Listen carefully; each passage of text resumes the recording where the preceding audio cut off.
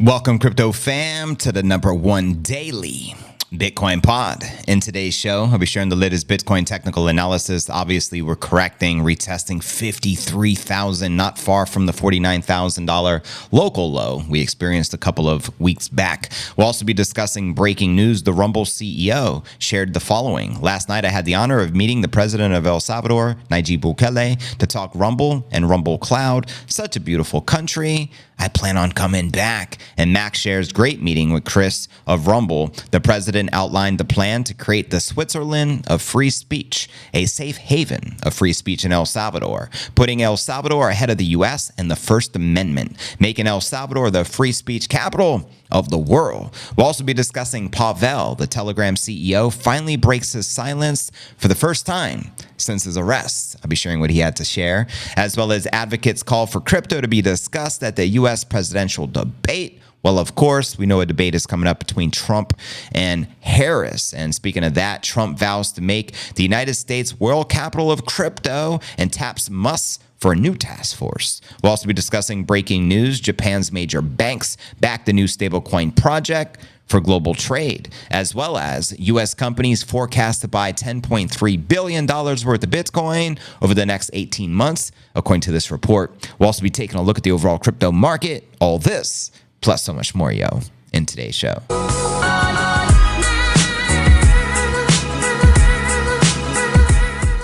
But anyways, fam, welcome everyone to the stream. If you're new to the YouTube channel, it's very important to smash the likes. Go ahead and subscribe, then hit that bell icon. Turn on all notifications to receive daily premium crypto news alerts every single day, just like this. Today is pod episode 1752. I'm your host, JV. Happy TGIF. It's Friday, September 6th, 2024. Market is correcting. We're down roughly $2,400 on the day. Bitcoin hovering just above 53,700, according to BitBo. But nonetheless, let's dive right in. We'll start with our market watch as we do every day. According to Coin360, we're at 53,800. Bitcoin down 4% on the day.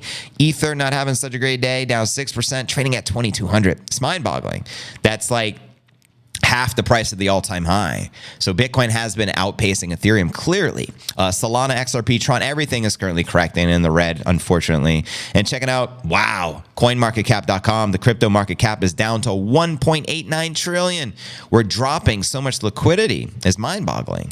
And checking out the Bitcoin market cap is barely sitting above $1 trillion. And checking out the volume, we got roughly 90 billion worth of volume past 24 hours. Bitcoin dominance on the decline, Ether dominance, major decline. I haven't seen the ETH dominance this low in I don't know how many years.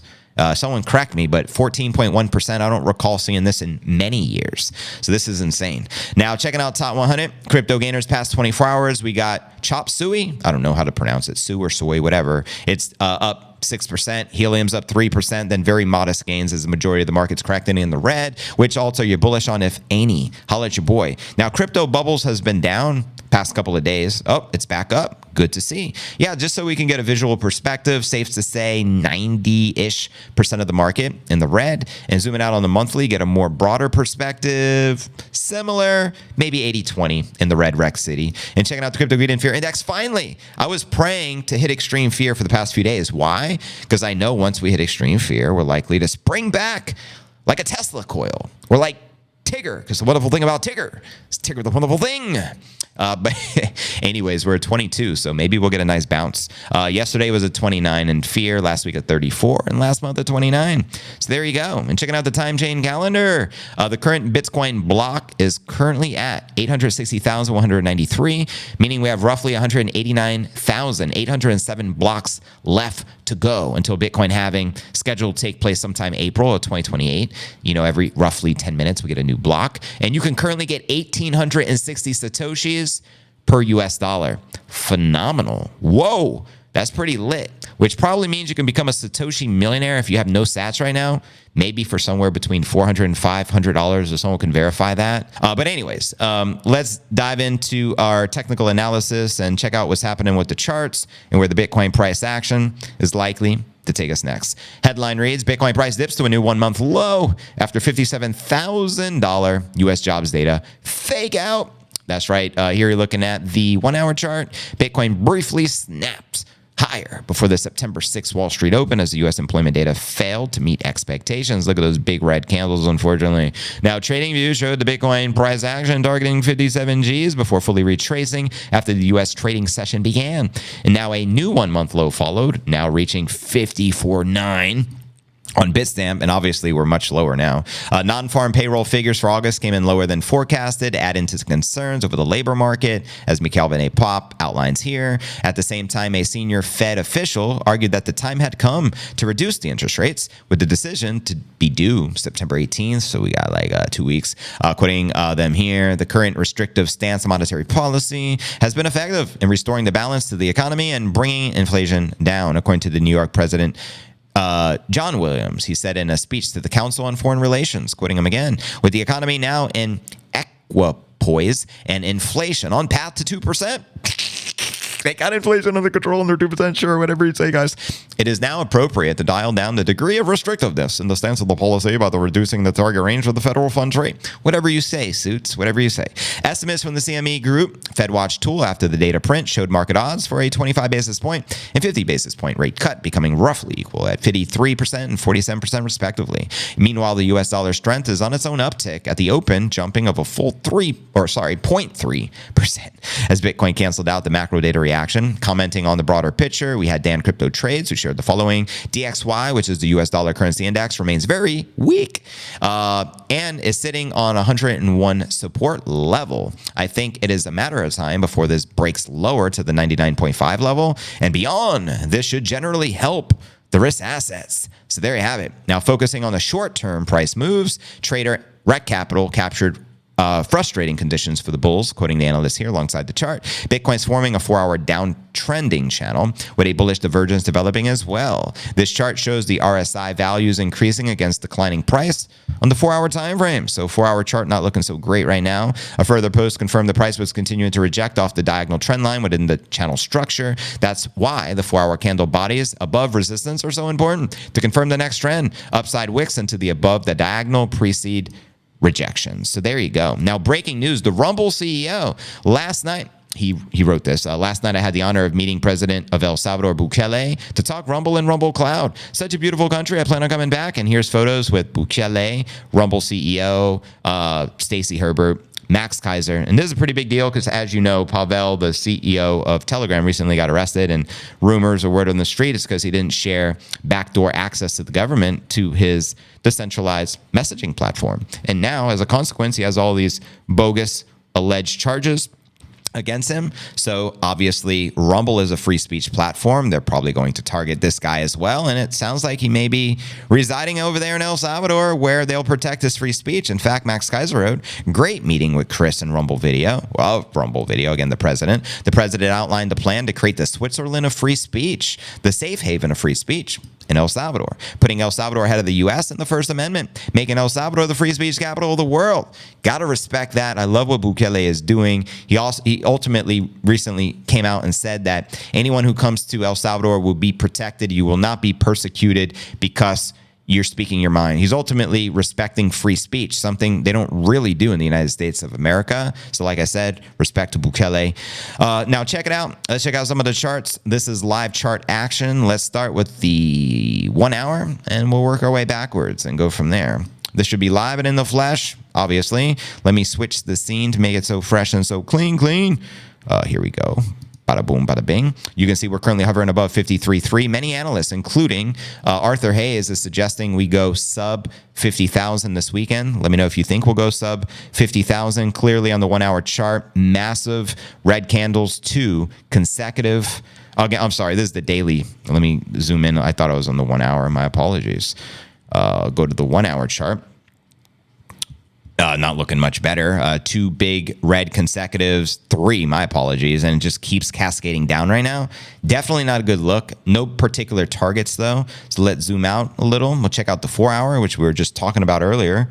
This is a live 4 hour chart brought to you by TradingView via Coinbase, and 3 consecutive red candles, one massive which took us from like 56 to 53, 54 maybe, and then another one at 53, and we may be heading down to 50 to test, or potentially even 49, which is the 2-week low we recently hit.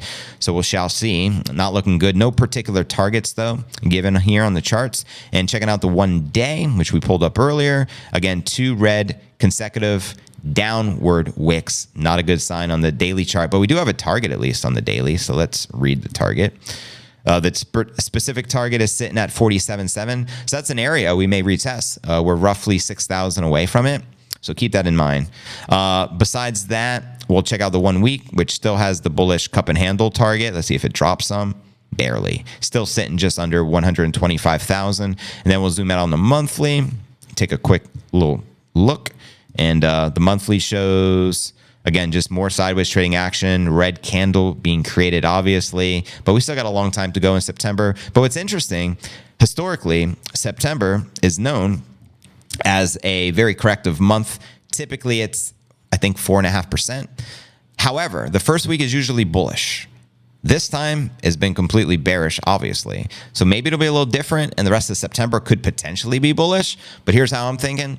The lower we drop now, the more likely we bounce back strong. So when we enter Q4, more likely to hit 6 figures, all-time highs. You already know, but let me know your thoughts. But yeah, welcome everyone on the stream. We just finished our TA.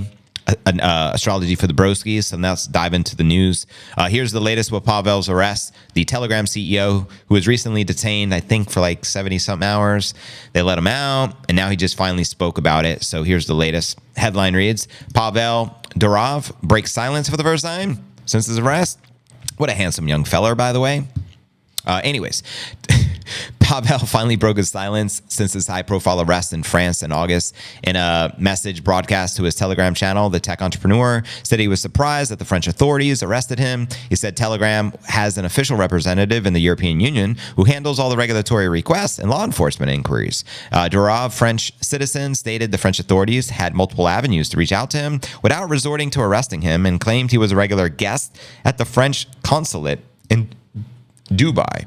The Telegram founder added that the company is fully prepared to leave jurisdictions that are hostile to Telegram's purported mission of free speech and expression. Sounds like El Salvador may be your home, Pavel. Just saying. Quoting him here, we are prepared to leave markets that aren't compatible with our principles because we are not doing this for the money. We are driven by the intention to bring good and defend the basic rights of people, particularly in places where these rights are violated. Well said. Durov was also critical of France's decision to charge him personally rather than take an action against the company. Macron denies the arrest was political, but we know we don't believe anything that man says. Shortly after Durov's arrest, French President Macron issued a statement claiming it was not sure it wasn't political. However, the statement did little to stem the widespread international criticism of French authorities for arresting Durov. Means don't trust the French president family at all. Now, Macron reiterated France's commitment to freedom of speech. Yeah, sure, buddy. Sure. An expression would only drew sharper criticism, which calls to free Durov of the open network community and industry executives. In response to the actions of the French authorities, Rumble founder and CEO Chris Pavlovski fled Europe and cautioned others. Smart man. He just met with Bukele. That France was no longer safe for tech founders with a focus on the free speech. Once Pavlovski safely departed Europe, he issued the following statement to his followers. France has threatened Rumble. That's why we don't trust you, Macron. And now they have crossed the red line by arresting Telegram CEO Pavel, reportedly for not censoring speech. Whoa. It couldn't be any more clear. The Rumble CEO concluded by empathetically stating that Rumble would use all available means to combat these censorship efforts and protect the universal human right to freedom of speech, our First Amendment, fam. And in addition to holding a French passport, Telegram CEO Pavel is also a citizen of Russia and the United Arab Emirates. Amid the ongoing judicial investigation in France, he declined diplomatic assistance from both Russia and the UAE. The American news organization Politico reported September 5th, quoting them here, the person concerned refused Russian consular protection and the Emirati counselor visit, but agreed that the Emirati embassy be kept up to date on his situation, a French government official reported. But anyways, let's keep the show moving. Next story of the day. Welcome everyone just joining the stream. Let's discuss this USA election. Headline here reads, advocates call for crypto to be discussed at the U.S. presidential debate. Hopefully it is. I mean, it should be. I mean, that clearly is what separates Trump from the obvious.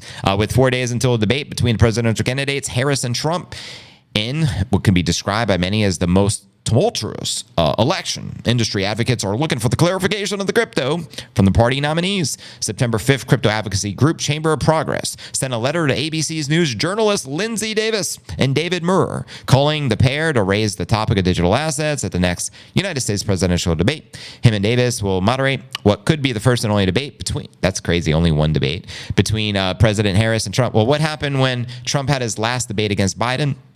Biden dropped out. He lost so bad. So hopefully we see something similar here. Quoting them here, voters deserve to know where the nominees stand on crypto before they head to the ballot box in November, said Chamber of Congress. Tell them. The group cited lack of clarity from both presidential candidates. Though Trump has made digital assets a central part of his 2024 campaign, Chamber of Progress pointed out that voters may need clarification on why the Republican nominee reversed his previous position on crypto. Now let's discuss the track record, In 2021, after being voted out of office, Trump referred to Bitcoin as a scam and said that cryptos were potentially a disaster just waiting to happen. Only after he announced his re-election bid in 2022, he begin reversing his stance on crypto and blockchain, as they all do, by launching NFT collections, having his campaign accept digital assets, and even spoke as the keynote speaker at Nashville conference for the Bitcoin, event. Let me know if you were there. Harris, in contrast, has had far less time to develop a campaign strategy for U.S. President Joe Biden. When he dropped out of the race in July, Democratic nominee has not officially made crypto a part of her economic agenda. Well, because she's an enemy of Bitcoin, just like Gary and the rest of the Democratic Party. Just point out the obvious. But a senior campaign advisor said in August that she would support policies for the industry growth. You and I both know she's full of ish. Just pointing out the obvious. Both candidates should shed more light on their positions and explain how we can nurture digital assets while also providing the greater consumer protection, said the Chamber of Progress. A crypto question at September's debate could bring the voters some much needed clarity on this important issue. Now, personally, I hope they bring up Bitcoin and Trump gets to speak his stance about maybe reiterating what he already announced in Nashville, making Bitcoin a mining hub here in America, stockpiling the Bitcoin, not selling anything we have, and continuing to stack the sats, firing Gary Gensler on day one, freeing Ross Ulbricht. I think if he says these words, what's Kamala going to say? Oh, we'll do the same. Yeah, sure you will, lady. Sure you will. Whatever you say. Next story, let's dive deeper into a Trump bump. This headline reads, Trump vows to make U.S. world capital of crypto and taps Musk for a new task force. That's right. That's the word on the street.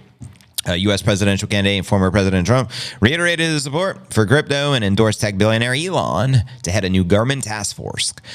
Speaking with Economic Club of New York, September 5th, Trump restated his support for the digital asset industry. Trump said that if elected, he will eliminate a minimum of 10 old regulations just for one new regulation, before adding the following, quoting him here. Instead of attacking industries of the future, we will embrace them, including making America the world capital of crypto and Bitcoin. No man left behind.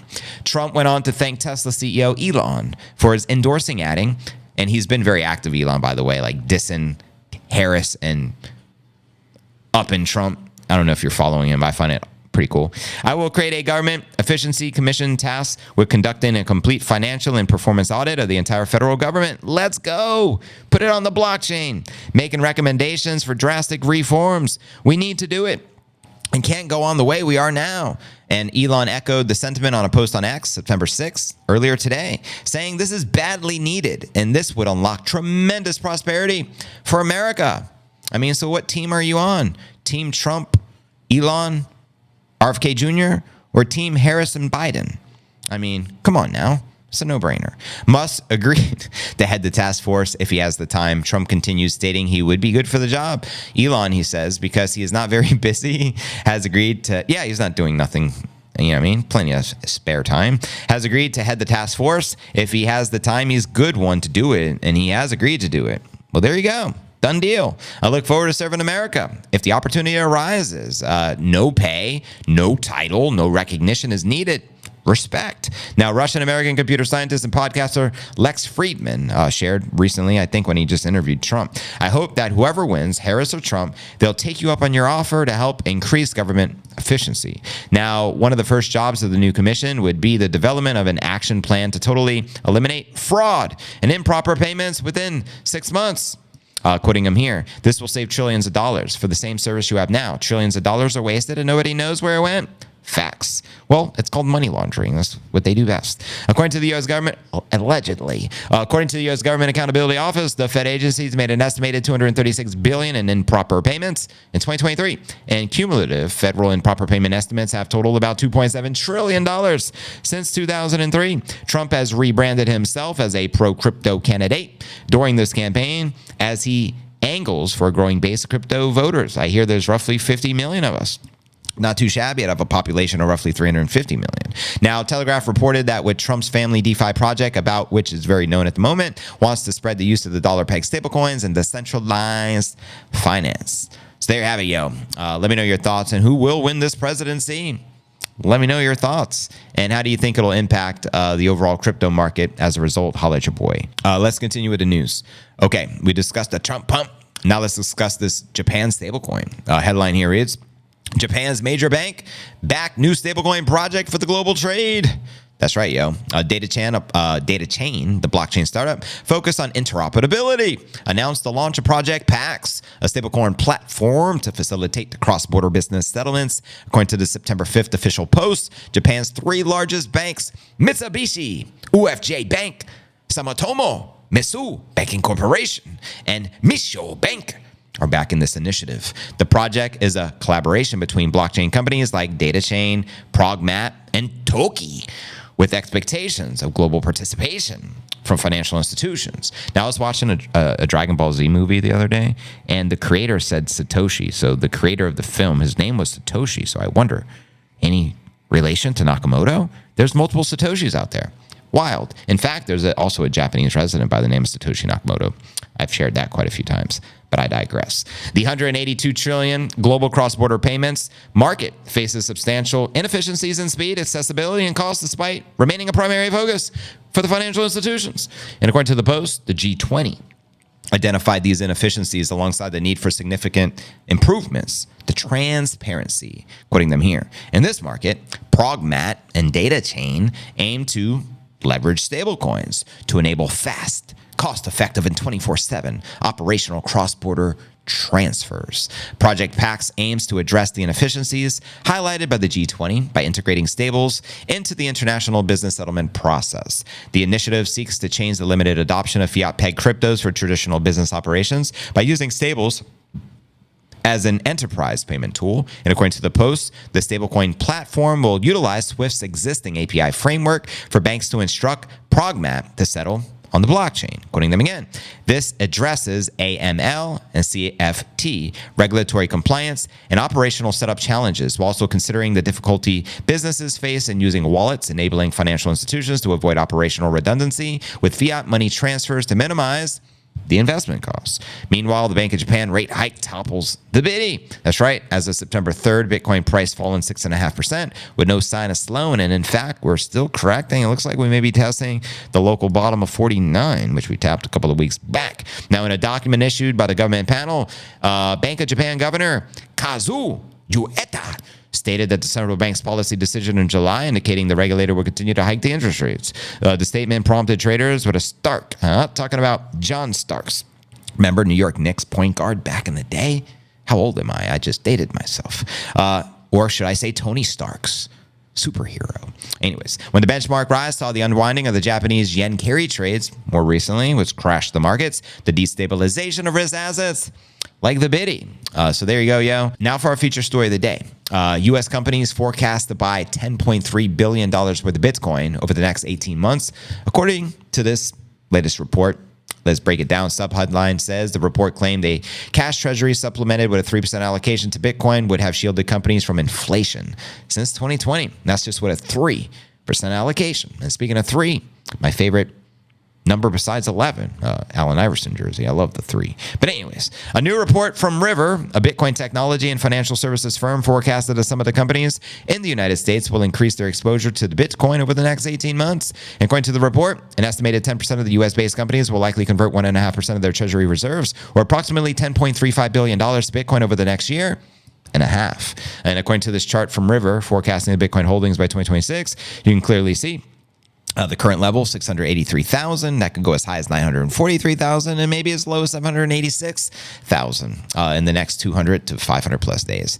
Analysts for River also point out traditional corporate treasury strategies rely on cash and other short-term cash equivalents, which are poor stores of value. What do we call them, folks?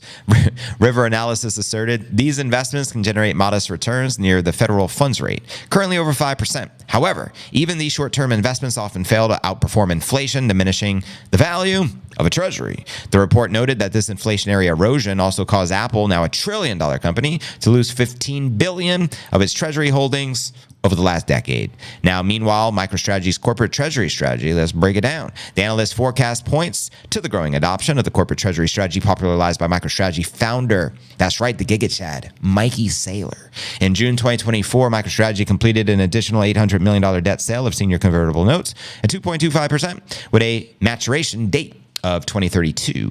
MicroStrategy used the funds from the corporate debt to purchase an additional 11,931 BTC.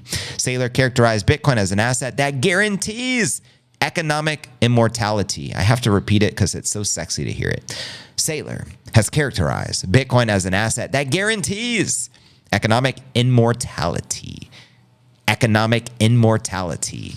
That's what you get with Bitcoin, family. To corporations and businesses, due to its capped supply and lack of the counterparty risks inherent in other stores of value, such as real estate or equities. And here you see the MicroStrategy and Tether Bitcoin accumulation.